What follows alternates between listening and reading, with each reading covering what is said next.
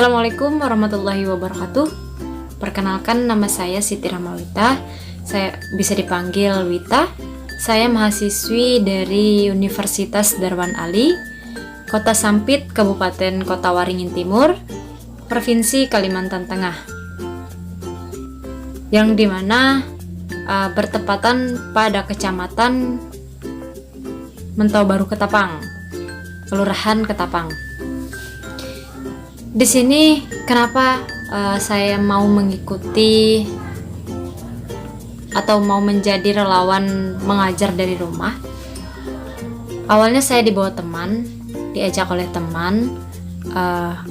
Kemudian saya merasa penasaran, bagaimana sih kegiatan menjadi relawan mengajar dari rumah.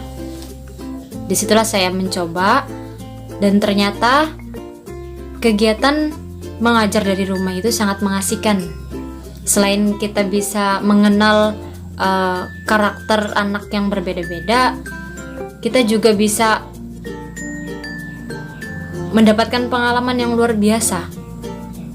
Apalagi terkhusus untuk para wanita yang dimana nanti akan menjadi seorang ibu, dan ibu pun menjadi madrasah pertama atau tempat belajar pertama bagi anaknya.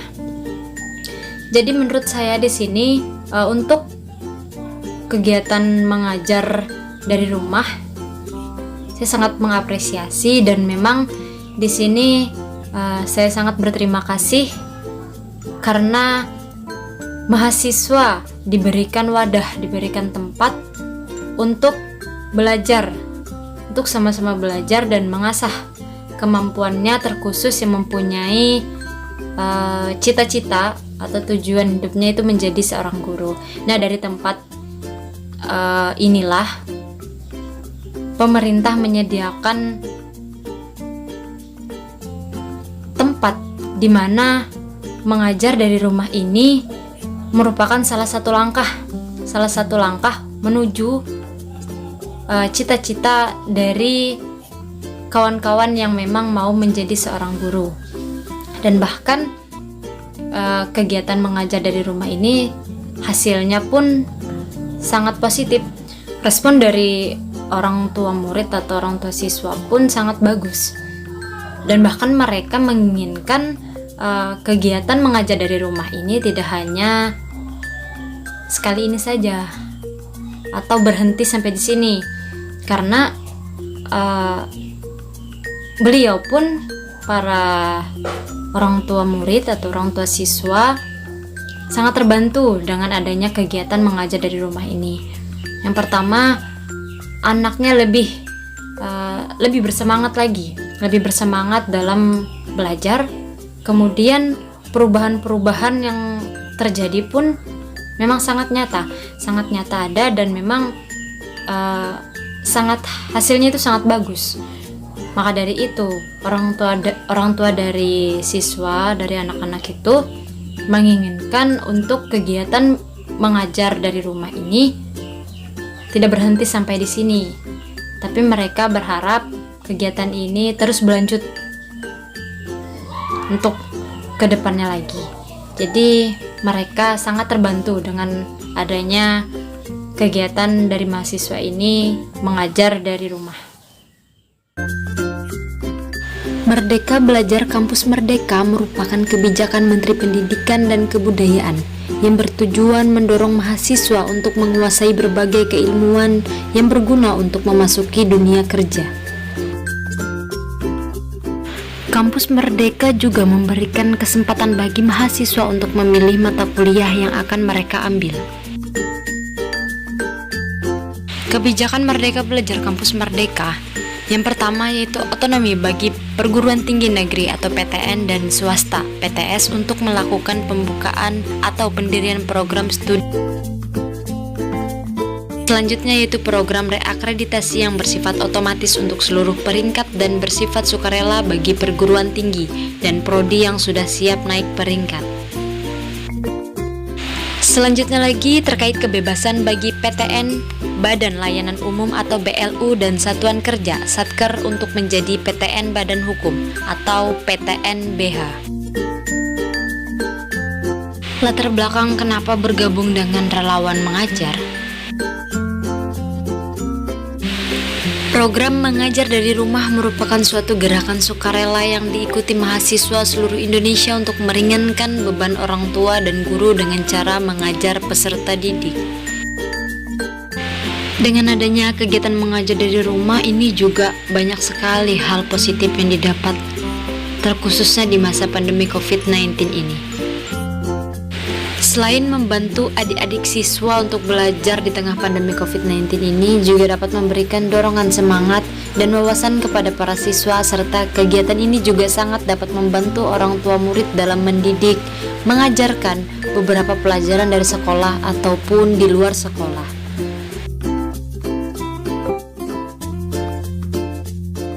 Nah, di sini sasaran siswa yang dibantu adalah peserta didik jenjang PAUD atau TK, SD atau MI, dan SMP atau MTS yang ada di lingkungannya masing-masing. Di sini saya sasarannya pada siswa sekolah dasar atau SD yang berasal dari RT 23 RW 03 Kelurahan Ketapang, Kecamatan Mentau-Baru Ketapang, Kabupaten Kota Waringin Timur, dan Provinsi Kalimantan Tengah. Nah, di sini ulasan materi yang saya ambil untuk diajarkan ialah pada minggu pertama bulan Oktober saya mengajar pada hari Sabtu pada pukul 15.30 sampai 17.00 waktu Indonesia bagian Barat dengan jumlah peserta didik ada 1 orang, dan saya mengajarkan materi bahasa Indonesia dalam pelajaran bahasa Indonesia. Selanjutnya pada minggu kedua bulan Oktober saya mengajar pada hari Jumat pada pukul 14.30 sampai dengan 17.10 waktu Indonesia bagian Barat dengan jumlah peserta didik ada 1 orang, dan saya mengajarkan materi tambah dan kurang dalam pelajaran dasar menghitung. Pada minggu ketiga bulan Oktober saya mengajar lagi pada hari Sabtu pada pukul 15.30 sampai 17.00 waktu Indonesia bagian Barat dengan jumlah peserta didik ada 1 orang, dan saya mengajarkan materi menulis. Pada minggu keempat bulan Oktober saya mengajar pada hari Jumat pada pukul 16.00 sampai 17.20 waktu Indonesia bagian Barat dengan jumlah peserta didik ada 1 orang, dan saya mengajarkan materi bahasa Inggris dalam pelajaran bahasa Inggris. Pada minggu kelima bulan November saya mengajar pada hari Jumat pada pukul 16.00 sampai 17.20 waktu Indonesia bagian Barat dengan jumlah peserta didik ada 1 orang, dan saya mengajarkan materi bahasa Inggris dalam pelajaran bahasa Inggris. Pada minggu ke-6 bulan November saya mengajar pada hari Minggu pada pukul 16.00 sampai 17.20 waktu Indonesia bagian Barat dengan jumlah peserta didik ada 1 orang, dan saya mengajarkan materi perkalian dalam pelajaran matematika. Memasuki minggu ke-7 bulan November saya mengajar pada hari Minggu pada pukul 16.00 sampai 17.20 waktu Indonesia bagian Barat dengan jumlah peserta didik ada 1 orang, dan saya mengajarkan materi tambah dan kurang dalam pelajaran matematika. Pada minggu ke-8 bulan November saya mengajar pada hari Sabtu pada pukul 16.00 sampai 17.20 waktu Indonesia bagian Barat dengan jumlah peserta didik ada 1 orang, dan saya mengajarkan materi membaca dalam pelajaran bahasa Indonesia.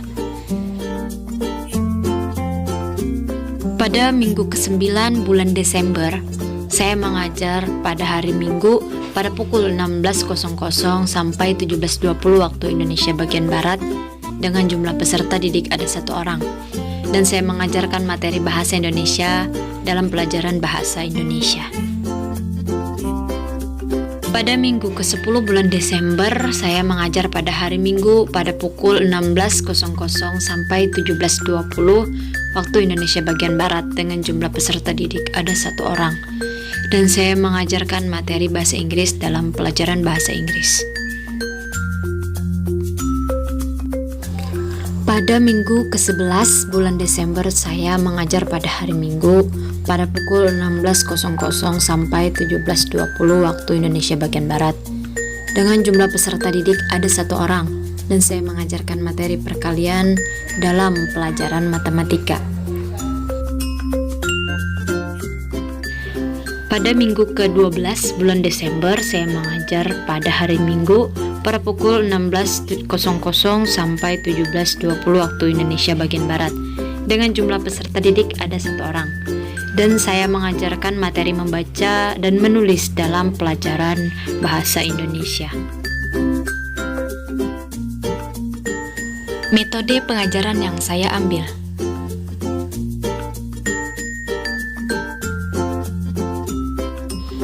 Di sini metode pengajaran yang saya gunakan ialah pendekatan secara langsung terhadap anak-anak atau siswa yang saya ajarkan dengan tetap menggunakan atau menerapkan protokol kesehatan seperti menggunakan masker, menjaga jarak dan mencuci tangan sebelum dan bahkan sesudah mengajar. Di sini ada kondisi sebelum dan sesudah pengajaran atau kegiatan mengajar dari rumah. Pada minggu pertama sebelum pengajaran, siswa kurang menyukai dengan kegiatan belajar. Setelah atau sesudah pengajaran, siswa sedikit demi sedikit mulai menyukai yang namanya kegiatan belajar. Pada minggu selanjutnya, sebelum pengajaran atau kegiatan, siswa belum terlalu bisa dalam hal tambah dan kurang. Kemudian setelah kegiatan selesai, siswa dapat mengenal perbedaan tambah dan kurang. Siswa juga dapat mengerjakan soal hitungan dengan baik. Minggu selanjutnya sebelum pengajaran atau kegiatan, siswa sangat malas untuk menulis. Sesudah pengajaran atau kegiatan, siswa mulai menyukai kegiatan menulis. Pada minggu selanjutnya, sebelum pengajaran atau kegiatan, siswa tidak menyukai pelajaran bahasa Inggris.